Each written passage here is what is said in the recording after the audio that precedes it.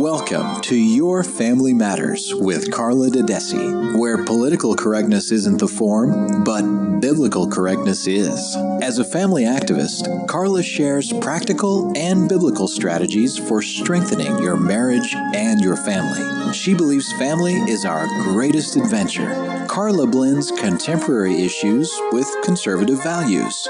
From the Freedom Station, WFYL, working for your liberty.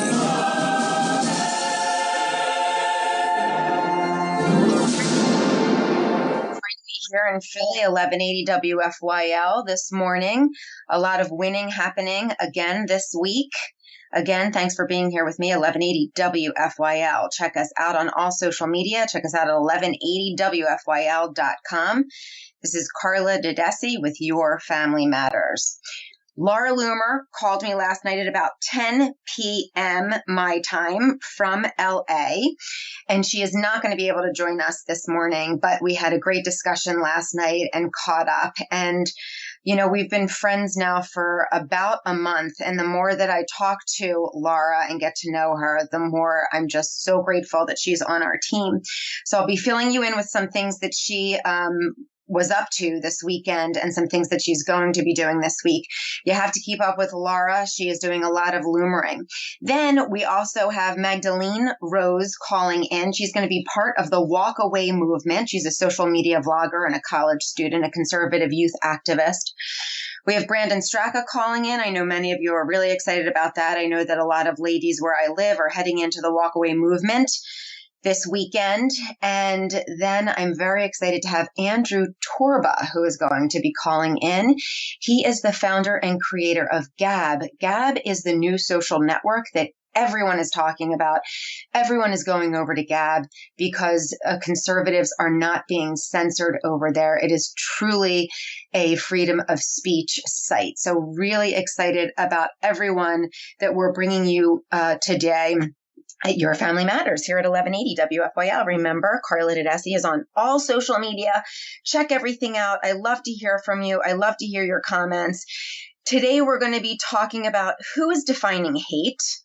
And for conservatives, is the First Amendment going extinct? So think about that. That is really what we're going to be concentrating on today. But you know that I love to start out every one of my shows with winning, winning, winning with Trump.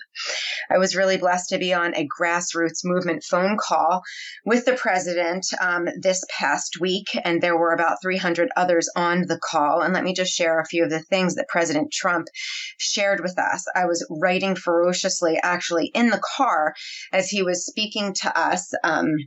As you know, I'm a busy mom. I'm also a mommy activist. So I was getting ready to go in and watch my kids play tennis. They're in a big tennis tournament this month. And I was jotting a few things down that the president was sharing. And some of the things that he was saying to us, and again, this is winning with Trump, is that the African Americans, Hispanic Americans, Asian Americans, women here in America, we have the lowest unemployment rate ever. Home ownership for Hispanics is the highest that it has been ever.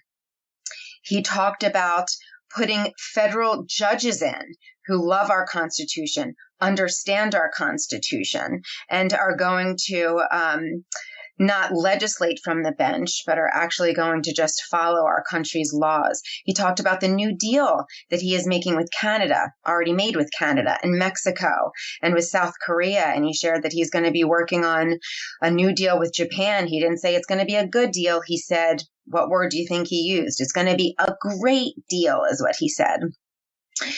He mentioned that 138 judges were not approved under Obama, and we still have about 50% of our federal judges are empty space, and that we have to win in the midterms because we have to continue to support our president and everyone that is in the cabinet with him in continue to move our country forward. Can you imagine, you guys, how much more winning we could be doing every day, every week, every month for the American people and for our country. How great we really could be if we were not having resistance from the Democrats, if we were not having resistance from the universities, if we were not having resistance from the fake feminists.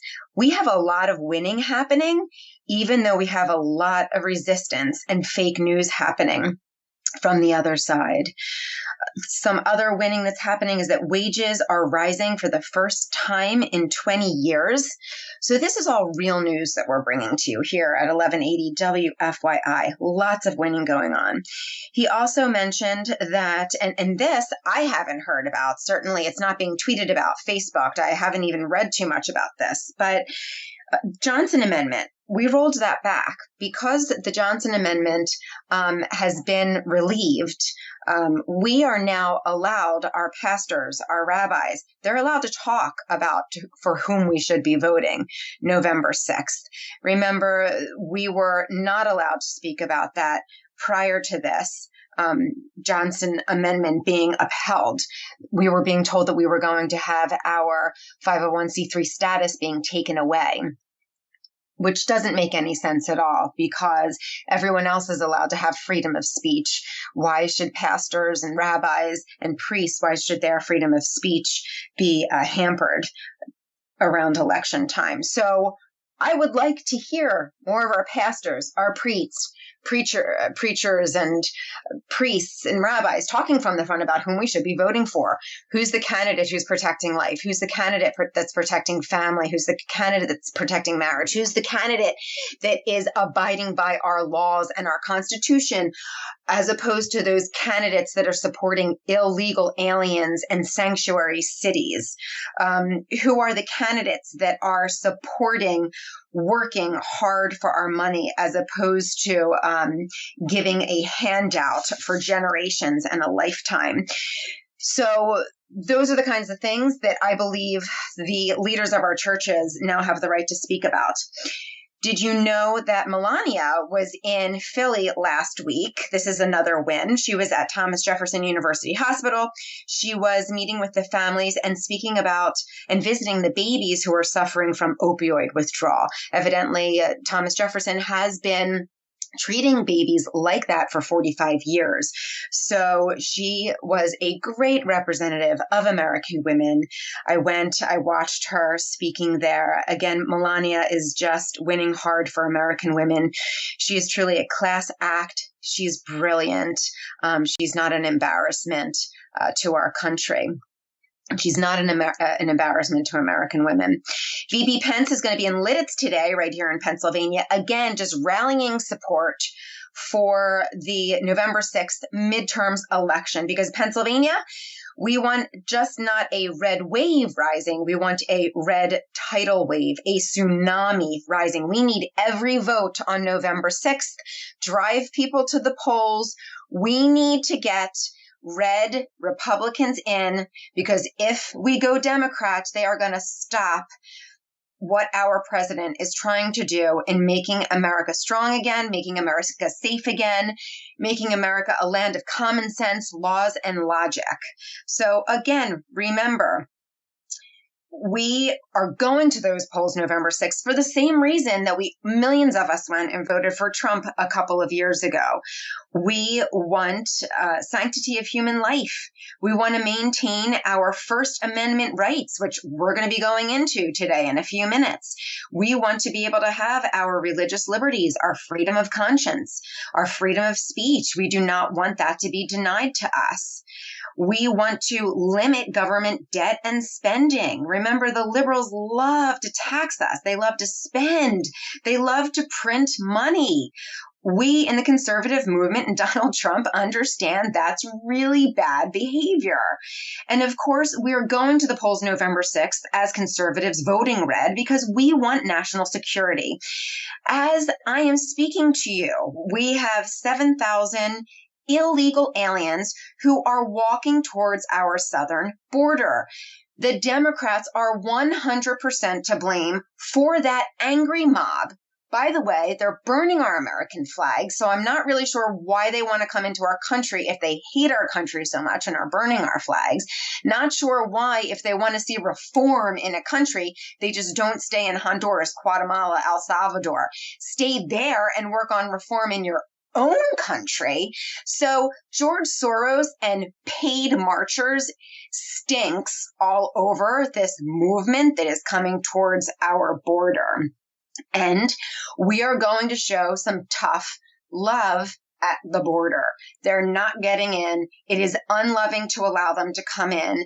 For all of those people who came to our country the right way, used our vetting process. You have heard me say before that this summer we went and visited the Vatican in Rome, and there was a huge vetting process.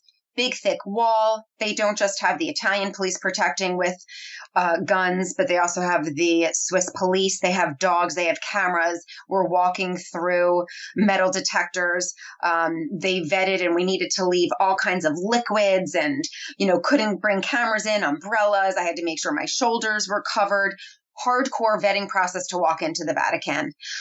I demand to have the same vetting process, if not more difficult, to come into my country that I love so much. So these are all the reasons that we need to get out and vote November 6th.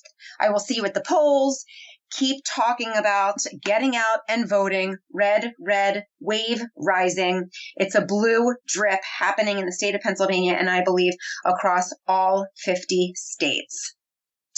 So let's talk a little bit about Laura Loomer really quickly. So this weekend she was at Politicon. I don't know whether you've heard of that. It's an unconventional political convention that's been happening for the last 4 years in LA. And she went there, and they have people from all sides.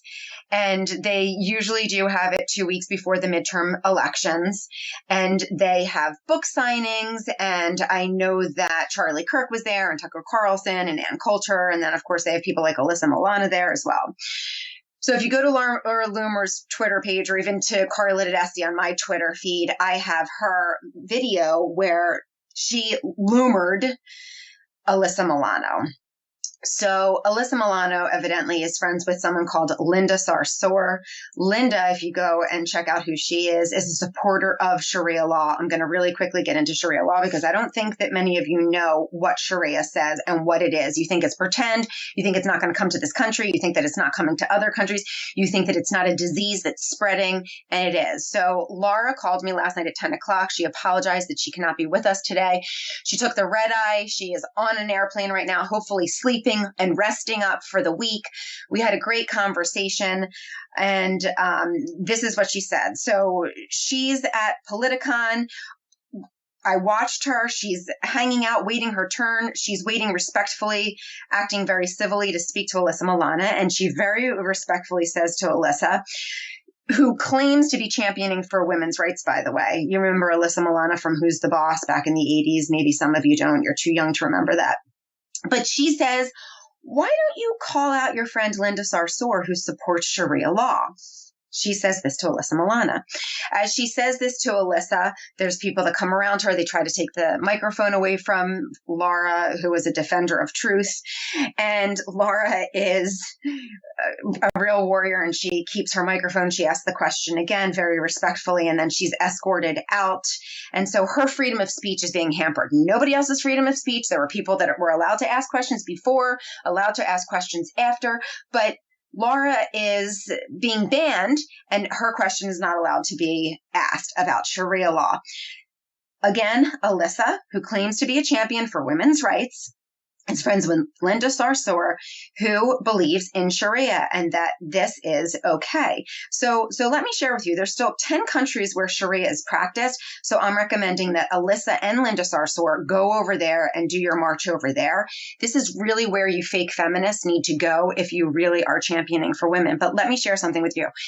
Western ideology, which is where we live, and Sharia are incompatible. They cannot live together. In our country, religion is viewed very much as a personal matter. It's a moral code. We can't impose it on anyone else. You can't impose your moral code on me. I cannot impose my moral code on you. Law, on the other hand, in this country is a public matter. It is a societal governance. It's a code. It's imposed on all who live in a democratic society like ours, regardless of your religious beliefs. Can't murder, can't rape. The First Amendment of the U.S. Constitution states this literally: Congress shall make no law respecting an establishment of religion or prohibiting the free exercise thereof. Let's talk about the religion of Islam. This is unique among other world religions today in that it inextricably does intertwine. They're embedded together. The moral code for believers with a legal governance code, it's called Sharia law. It sets rules, it sets consequences for a full range of societal, an individual, family, civil, economic, anything that you can make a law, any behaviors, Sharia law is intertwined with the laws of the country. So Sharia really represents a theocratic form of governance. It's wholly incompatible, cannot live with secular Western democratic governance systems, despite what Linda Sarsour, Alyssa Milano, and others say. So in nations and regions, communities where Sharia law is formally or informally adopted, women and girls are suffering greatly. Injustices, prejudices, and it does affect them. It's affecting their individual liberties. So let me share, for example, in countries where Sharia exists right now, males are liberated at 18 years old, but women remain under partial or total guardianship throughout their lives. In Sharia-governed society, females remain under male guardianship throughout much of their lives. This is what the Quran says. Men are the guardians of women since Allah has been more generous to one than the other. Male guardianship can be the father, grandfather, husband, any male. They make all the decisions for the woman. They have to give their consent, for example, to marry, to choose where they live, to apply for a passport or a national ID card, to even travel outside of the country. And we all know about female genital mutilation that absolutely is happening all over the world. And even here in the United States, there's 500,000 people at risk for female genital mutilation. So let me just share the 10 countries, the worst countries for gender inequality where Sharia is governed. Saudi Arabia, Algeria, Malaysia, Iran, Turkey, Egypt, and Jordan. Those are the worst countries where we have Sharia. So again, Laura is battling for us and getting the truth out about Sharia law.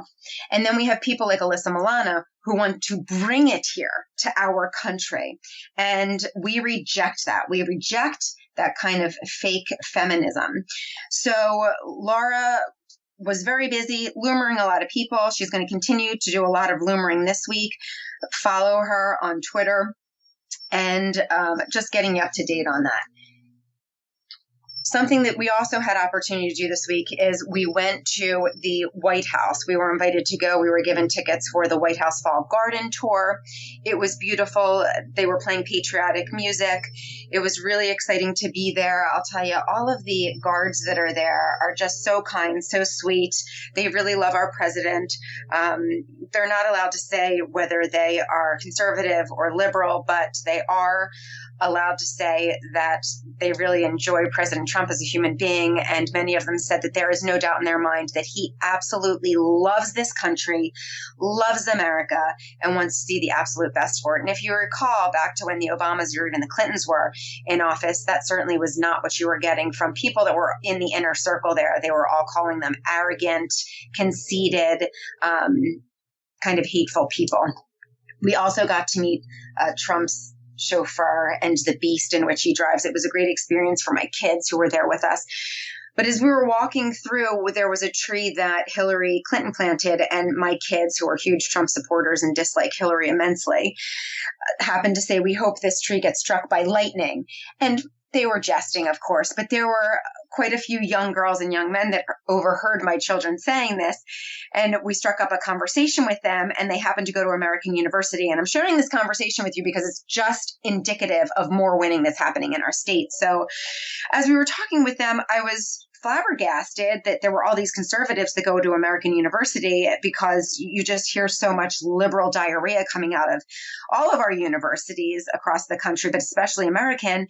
And it was really refreshing because these kids said, no, actually, you can't listen to the mainstream media. They're sensationalizing everything as they normally do. In reality, there are conservative movements on all of the campuses. And in fact, we had Carly Fiorina come a month ago, and she spoke, and there was a really good turnout. So I'm going to segue right now into our conversation and phone call with Magdalene Rose. I hope that I'm pronouncing her name correctly, but really excited to connect with this girl. She reached out to me on Twitter, and she is a warrior. She is a real feminist. She is a real patriot and a real American. And what I want many of you to hear today is that you might be reading about conservative censorship. I have had it in my own life, but there are young people that are being raised up. I've been introduced to so many young kids that are in high school, that are in college, that are in their 20s, like Laura Loomer, who are really battling for American principles and to preserve that. So Magdalene Rose is a social media vlogger. She's a college student. She's a conservative youth activist, and she is speaking in a couple of days at the Walkaway movement in Washington, D.C. that we're going to talk a little bit about. Magdalene, are you with me? Yes, thank you so much for having me. Am I saying your name correctly? Yes. Great, Magdalene. Thank you so much for being with me this morning. So share a little bit about, were you always conservative? What has brought you over to our team? Have you always been on our team? Do you feel like you need to be more of a voice on your college campus? What are you seeing? What's the climate like on your college campus for conservatives? Yeah, I've always been a conservative, and I think I've probably gotten much more active since Trump announced in 2016. I think that what needs to be seen on college campuses around the country is leaving this fear that we have. A lot of people, even if they are conservative, have so many years of being afraid or just learning to be silent, which is much more prevalent than people think, where they think it's not even worth being honest. And so people don't realize, even on campuses, how many conservatives there really are.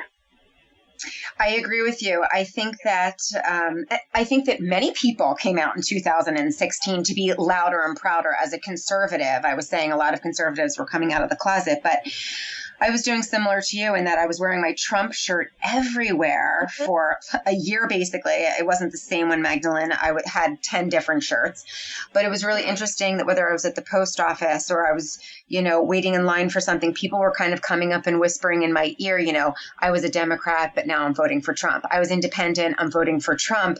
And I think that people like you and I, when we are more outspoken, we can see that there is a red wave rising. And I think when you are more outspoken, courage breeds courage, and more kids are coming out and being more verbal in truth and logic and common sense. So talk to me about how you got connected with Brandon Straka of the Walkaway movement. Mm-hmm. Yeah, I make videos all the time, and I made a video about the fact that we in the GOP and we in the conservative world have to do more to counter, this rise of socialism and these radical ideas coming out of a lot of times academia. And it got forward to him, and I went on his show. And the thing I really like about Walkaway is a lot of times in the conservative world, we're very good at movements and things to re-energize the base, but not really to bring more people into it. So Walkaway is something that is so accessible to Democrats, to liberals, to people even like neocons who weren't so much in love with Trump, that it gets a conversation going. And it's something that's staying, I think, very prominent in people's minds because Brandon is so active. Can you explain to us a little bit about, you used the term neocon, and I remember a couple of years ago when I met a young person like yourself, and they were saying to me, well, I'm a paleoconservative. And I thought, wow, I thought that there were only Democrats and Republicans, and then you kind of thought there were left-leaning and right-leaning. But there's really this whole new liberated movement where kids like yourself are really, they are Trump supporters, but they're using these fun terms like, I'm a, unfiltered conservative, a neocon. So explain a little bit of that to us. Yeah, I think there's definitely new factions or old factions that have been brought to light again, especially in the conservative world. I think that each president or presidential candidate creates or brings back a generation of conservatism. So I think that the neocon generation really started with McCain, but was sort of brought back with the reemergence of Bush and things. And neocons, Trump's whole presidency, have been very hesitant to really associate with him. But I think through this Kavanaugh thing, and sometimes through Walkaway, because they hear the testimonials of, moderate Democrats or really big liberal people who have walked away. So it makes it more accessible for them, and it makes them say to themselves, Trump might not tweet everything I like, but if these people can like him who have much different policies than I do and are much more liberal, so can I. I can find some common ground with him too. So we're also talking today about, is our freedom of speech as conservatives being stomped on? Have you found that you've been censored on social media at all? Yeah, I had a YouTube video removed. I've had people send me videos of them trying to like my stuff or retweet it and it not going through. Ever since I hit about 7,000 followers, that's been happening. I think that's when Twitter starts to pay attention. And do you have any suggestions for how we can stop or block this censorship or try to combat it, even if it's just share each other's stuff and comment? I think we should do that, but I also think there has to be an investment in different types of social media platforms. And also, we have to not be afraid to confront these companies in Congress and things. I know there's a lot of fear as conservatives about getting involved with private companies, but we have to, because these companies control information. They're not normal private companies. They have billions and billions of users, and the playing field has to be fair. Agreed. How can we follow you? On Twitter? Are you on YouTube as well? Yeah, with Magdalene Rose on Twitter and YouTube. Magdalene Rose, thank you so much for being here with me today. Next up, we have Brandon Straka. On May 26th, former progressive Brandon Straka released a video titled "Why I Left the Democratic Party." Go and watch it if you have not viewed it. In the video, which has nearly 350,000 views on YouTube alone, Straka details his transition from progressive to conservative. And over these last 4 months, thousands of former progressives have joined the Walkaway campaign, sharing their own stories on social media. I know here in Pennsylvania, we're all talking about Brandon in our circles. We're all sharing all of these testimonials of people that are getting red-pilled, and they really are understanding what truth is, and they're really having these blinders taken off of their eyes. Really excited that he is with us. He has organized the first Walkaway March, which is happening this weekend in DC. It's going to have people like Dinesh D'Souza, whom we love. He's been on our show before. Joy Villa, she's a personal friend. Mason Weaver, Buzz Patterson, Dave Rubin, Tommy Lauren, Antonio Sabato Jr., I believe is he's going to be streaming in from California. Brandon, are you with me this morning? I am with you. I'm having my coffee, so I'm half with you so far. I'm having my coffee as well. So we're having our coffee together. Do you have a MAGA cup like I do? No, well, I have the most MAGA cup of all because I'm staying in Trump International and I'm drinking from a Trump International cup. Oh my gosh. So we were just at Trump International on Sunday. We were in DC. We did the fall tour. We were given tickets, and we always, whether we're in DC for 2 hours or 10 hours, we always stop over there and get a bite to eat. Isn't it the most isn't it making hotels great again, Brandon, that place? It really, really is. I mean, first of all, I love the hotel. I love the lobby. But last night I went out, my team flew in, these volunteers that we've been working tirelessly for weeks to do this march, but we've just been talking to each other on the phone. So last night we actually all met each other in person, some of us for the first time, and we went out to dinner. And when I got back from dinner, I walked into my hotel room and there were birds chirping and waterfalls. I was like, what is happening? They were piping these beautiful nature sounds in, and I had chocolates on my bed. I was like, oh God. Yeah, it's amazing. Do I have to leave? My kids and my husband were always oh, do we have? And what about that gorgeous, big, enormous red, white, and blue flag as you come in to the lobby there? It's amazing. I mean, the hotel is exquisitely decorated because if you told somebody there's a 7-foot American flag hanging in the lobby, you might be like, that sounds a little weird. But no, it's really beautiful. It's very beautiful. Tastefully done. So listen, you and I can talk about Trump and his hotel and decorations probably for a whole other episode. I'll have you back to do that. But I want to talk to you about why you left the movement. Tell everyone why you left for those people that did not watch your video. And then I want you to tell us all about what's happening, because you don't just have Saturday happening. You have Friday evening. You have a brunch happening on Sunday. So tell us everything and how we can get in touch and still buy tickets on Eventbrite. Sure. So, my video that I put out really talks about sort of everything that I have come to feel is wrong with liberalism and the Democratic Party. But what my video doesn't really address are the exact reasons, like the specific incidents that caused me to wake up and caused me to walk away. And what that really boiled down to was, I voted for Hillary Clinton, and I was a big Hillary supporter as a liberal, and I was devastated when Donald Trump got elected, and I was going on social media and ranting and raving and crying at times and asking like how people could possibly do this. And on one day I was asking, I'll never understand how, you all could vote for a man who would mock a reporter's disability. And someone who knew me on Facebook, since I was a kid, reached out to me, and she showed me a video. It was entitled "Debunking That Trump Mocked the Disabled Reporter." And it's a compilation of footage of Donald Trump throughout the years doing that same voice and that same gesture that he did that day when he was, quote unquote, mocking the disabled reporter. But in all of the different footage, what was happening was he was imitating somebody who was caught in a lie, or who was doing something shady, or someone who was groveling. I mean, it became very clear that this is just sort of a bit that he does when he's imitating someone who's done something shady.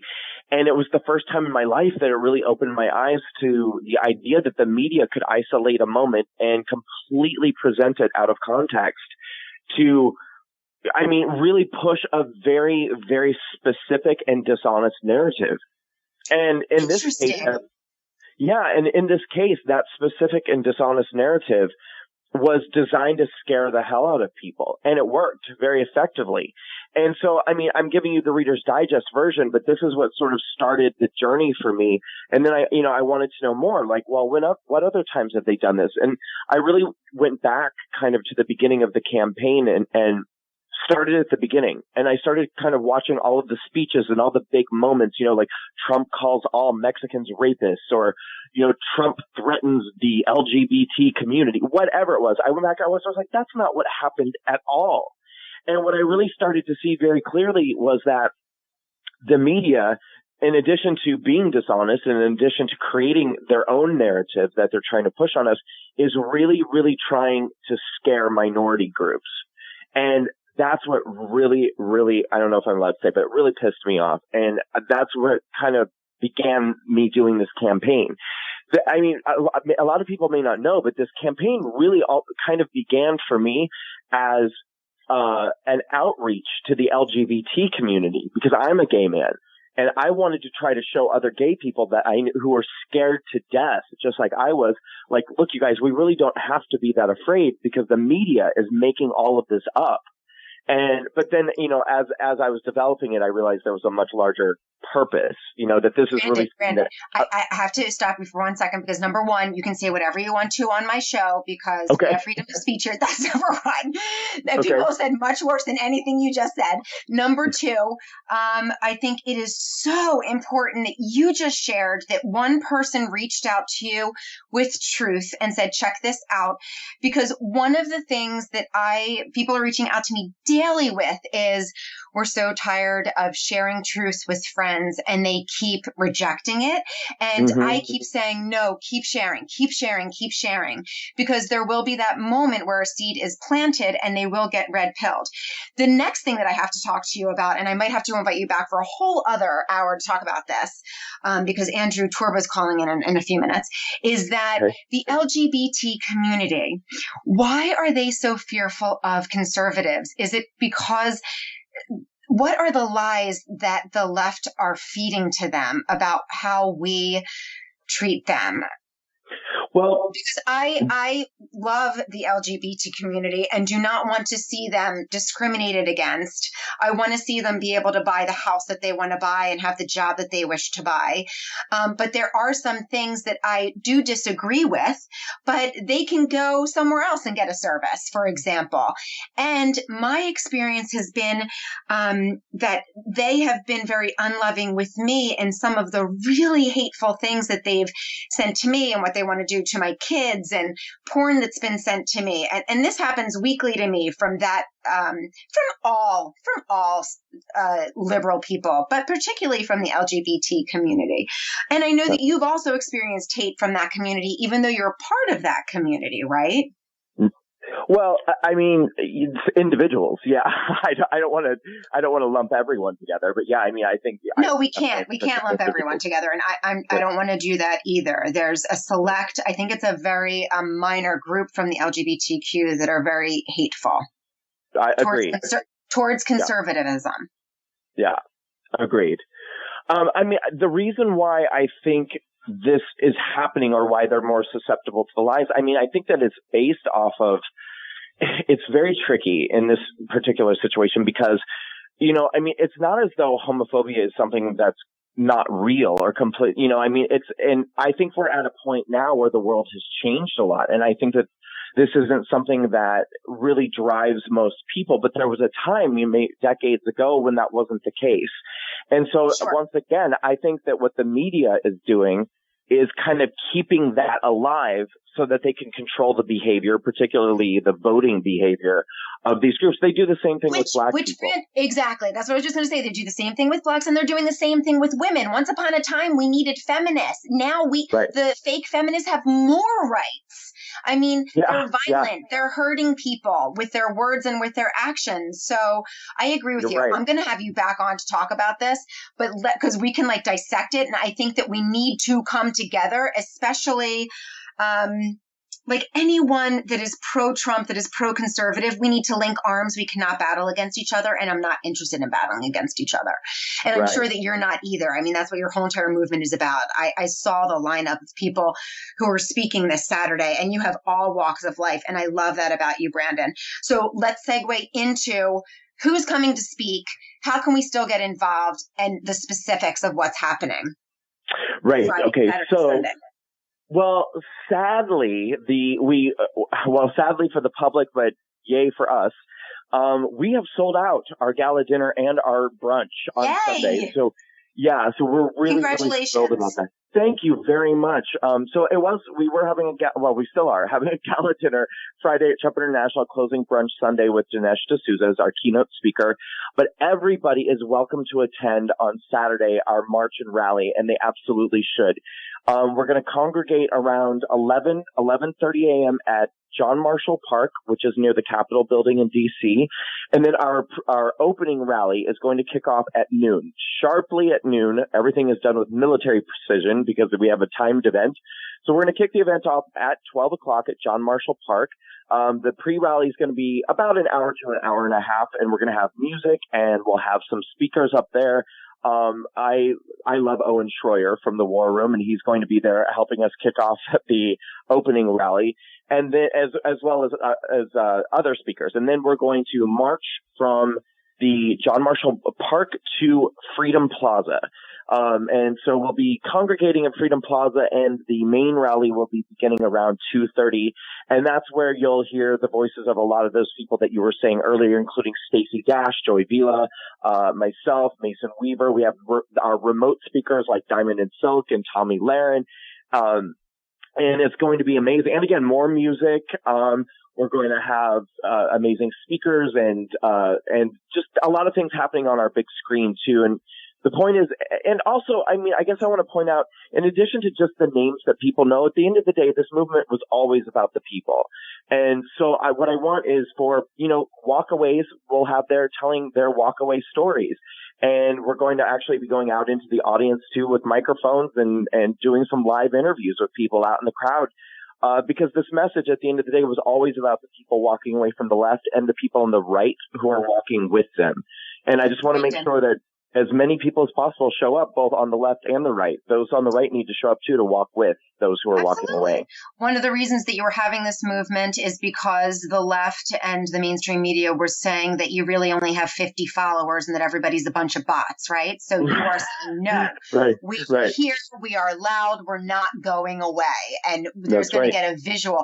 And I want to actually encourage, because I've been involved with a lot of rallies, whether they're in Harrisburg or whether they're in Washington, D.C., where we encourage all of the people that are marching with us to get out their phones and live feed everything, because the mainstream media is going to say that you only have 1,000 people are there, when in reality you may have 100,000 people marching with you. So I would encourage you to just keep telling everyone that's there to do as much Twitter live, Periscope as they possibly can to get the truth out about your movement. Brandon, thank you so much for joining us. We pray for protection over you. We pray for the biggest success over everything that's happening this weekend. I'm going to have you back on again if you have the time, but I do have to go. Check out Brandon Straka on all of his social media, Walk Away campaign. Next up, we have Andrew Torba. He is the Gab founder. August 2016, there was an alternative to the popular social network media, Twitter. Remember, we're talking about, is freedom of speech still alive and well? So founder and CEO Andrew Torba is with us. He is going to share a little bit. I'm going to turn it right over to Andrew because I feel like I've been talking too much for this hour. I want you to know that he raised $4.8 million for Gab. I think he has 800,000 people. You're going by 100,000 every month. So, Andrew, are you with me? Yes, I am. Happy to be here. Thanks for having me. Thank you so much for being on. So again, you were another guy that was red-pilled. You were a registered Democrat up until 2016. You voted for Donald Trump, and then take the story from there, Andrew. Sure. So I was actually living and working in Silicon Valley. My last company was an advertising technology company, and I worked directly with Facebook, with Twitter, and with Google as a part of that company. And as a Christian in Silicon Valley, I guess someone with libertarian or Republican leanings. Now, I was a registered Democrat in Pennsylvania, mainly for local elections, but in presidential elections and in state elections, I would vote Republican. So, as a Republican, as a Christian in Silicon Valley, I felt very, very out of place, very, very unwelcome. And I had to kind of keep my views both politically and religiously to myself, which was really a shame that in the United States of America, I felt that I couldn't express myself or speak freely about any of my beliefs, any of the principles or the morals that I stand for and fight for. So, that was one part of it. As I guess becoming red-pilled is experiencing the hostility of Silicon Valley, number one, just personally. And then secondly, I started to see the censorship start to happen during the 2015-2016 presidential election. And, I wanted to do something about it. I looked around and I said, consumers only have the illusion of choice. Facebook owns WhatsApp. They own Instagram. They own Facebook Messenger. There are basically, when it boils down to it, 2 or 3 companies that own and control every single application, all of the flow of information online, all of the news online. So I said, why is there no real alternative? We have this dichotomy in media always from the beginning of time, whether it's newspapers or TV or talk radio, there was always a very clear dichotomy of left and right. Well, Fox News is on the right and CNN is on the left and Wall Street Journal is on the right and New York Times is on the left. And then we got to the internet and we got specifically to social media. And now we have all of these companies are run by very far left executives with very far left middle management and rank and file employees in San Francisco, which is one of the most far left cities in the world. So you have all these double standards, all this hypocrisy, all this bias that is built up across these thousands of employees and all of these executives at these handful of companies. And what you end up having is rules and regulations and community guidelines that come out of nowhere, that they're inventing out of thin air, that are totally ambiguous, that are totally subjective, and that are being unfairly enforced against one side of the political spectrum, and not against the other, right? So I saw all of this going on, and that culminated with me creating Gap.com. And we launched, and, the left always likes to say, if you don't like it, if you don't like the censorship from Facebook and Twitter and all these guys, go build your own. Well, that's exactly what we did. And over the past 2.5 years, we have come up against every possible hurdle known to man trying to accomplish this goal of building a market alternative in the free market. So we've been banned from both app stores, both Apple and Google.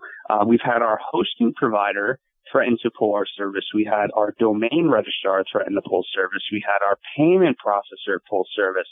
So basically every facet of internet infrastructure has attacked us and has no platformed us simply for supporting freedom of speech as protected by the First Amendment.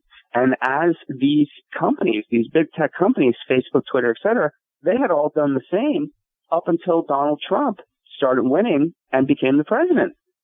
And all of a sudden, they changed their mind, right? So we were doing nothing different. We have the same or similar guidelines that they have had for the past, 5 to 10 years.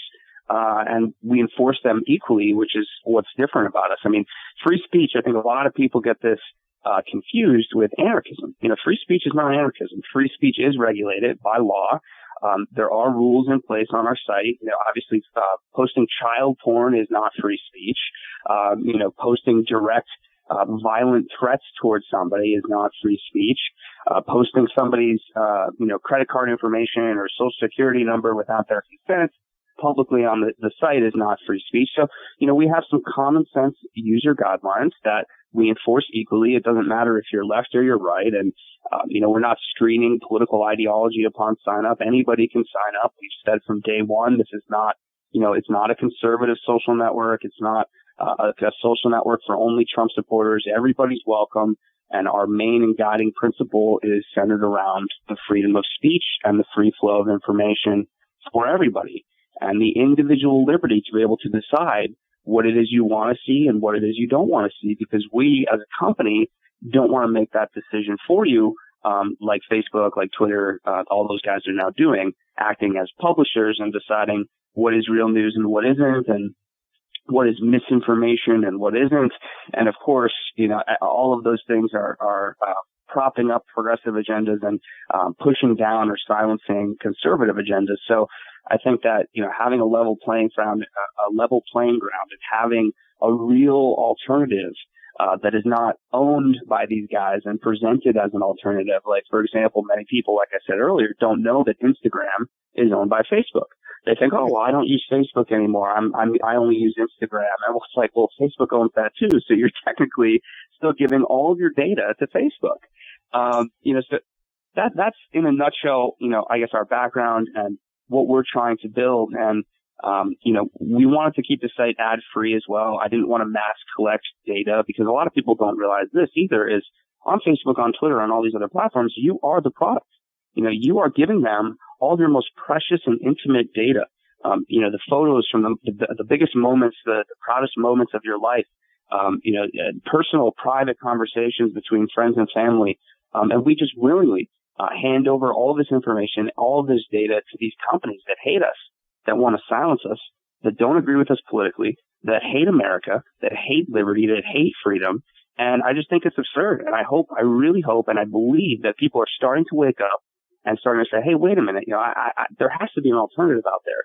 And whether it's Gab or whether people build something else or find something else, I just think that we need to wake up as a country and as a culture and as a society and say, wait a minute, why are we putting all of our eggs in the Silicon Valley basket when these guys have proven that we cannot trust them with our data, that they're going to extort us for our data, they're going to sell it to advertisers for billions of dollars, they're going to silence any form of dissent against their political views.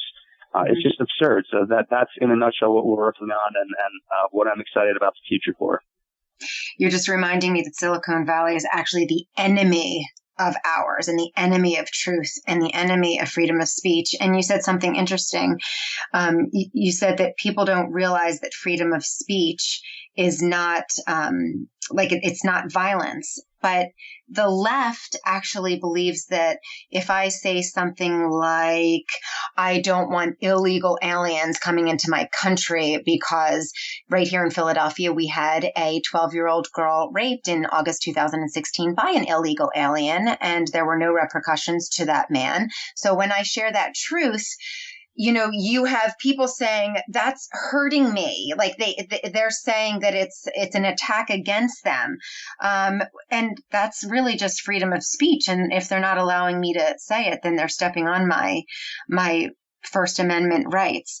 Talk to me quickly in our few minutes together. Gab does not have advertising, but I think that you allow your users to become investors. Is that correct?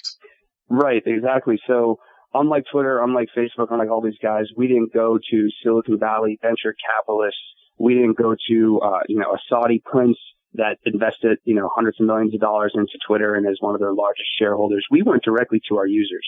So our users are actually our shareholders in the company. We sold equity directly to our users and wanted them to come on this journey with us and help us build this leading alternative. So that's part one, is that you can become a shareholder. You could become a customer because we don't have ads, so we rely on our users to help support and keep the site up and running. So we have something called Gab Pro, which is an optional premium subscription. It's $5.99 a month. You get some extra features and tools and some cool stuff that comes along with that, and you get to support the site and help keep it ad-free, help us not mass track and collect your data like all these other guys do. And then finally, we allow content creators to actually make money on the site. So if say I enjoy one of your posts, I can leave you a tip. Or if I really enjoy your posts, I can subscribe to you on a monthly basis and pay you $5 a month or $10 a month or whatever price you set. And then Gab gets a commission on that. So that's how we make money versus, mass collecting data and then turning around and selling that to advertisers and not sharing any of that wealth with the content creators who are there entertaining eyeballs all day long for us. That's the model of Silicon Valley versus our model, which is really people-centric. We allow you to become a shareholder. We allow you to be the customer instead of being the product that we're selling. And we allow you to make money as well. If you're a creator and you have an audience, you can monetize that. So we're really proud of that. And our mission is all about putting people first and putting the free flow of information, free expression first as well. Andrew, I have so many friends that are on Gab, and after speaking with you, I need to go on and get a Gab account today myself. How do you, on Facebook, for example, when I do complain that someone's saying they want to slit my throat and rape me, when I do screenshot that and send it to Facebook, they always get back to me 100% of the time and will say, this does not go against our Facebook community standards. If somebody was to say that to me on Gab, how would you respond? Well, we have a flagging system, and first of all, we have tools in place for you, the user, to control your experience. And that's number one. It's all about individual liberty. So we want you to be able to control that experience and to report that person if you believe that they're breaking our guidelines or the law. And then our moderator team will be able to review that and take action on that if it is indeed breaking the law or breaking our guidelines. So we want people to feel safe, but we also want them to feel in control. We don't want to be babysitting all day long. We would rather give you the tools to block out that stuff and mute that stuff and not see that stuff.